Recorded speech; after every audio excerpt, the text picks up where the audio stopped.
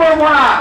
পরিশেষে বলতে চাই, এই 2025 সালে দর্পেশন উপজেলায় আরেকটি বিজয় মিছিল হবে।